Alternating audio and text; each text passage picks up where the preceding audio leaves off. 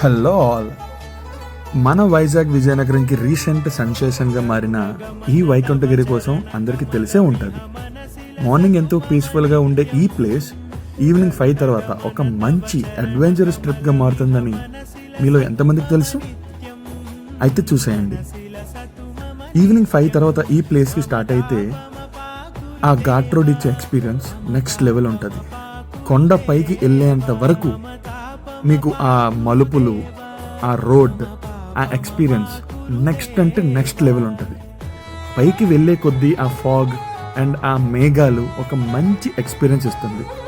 ఇంకా చెప్తున్నా, బైక్స్ మీద ఎవరైనా వెళ్తే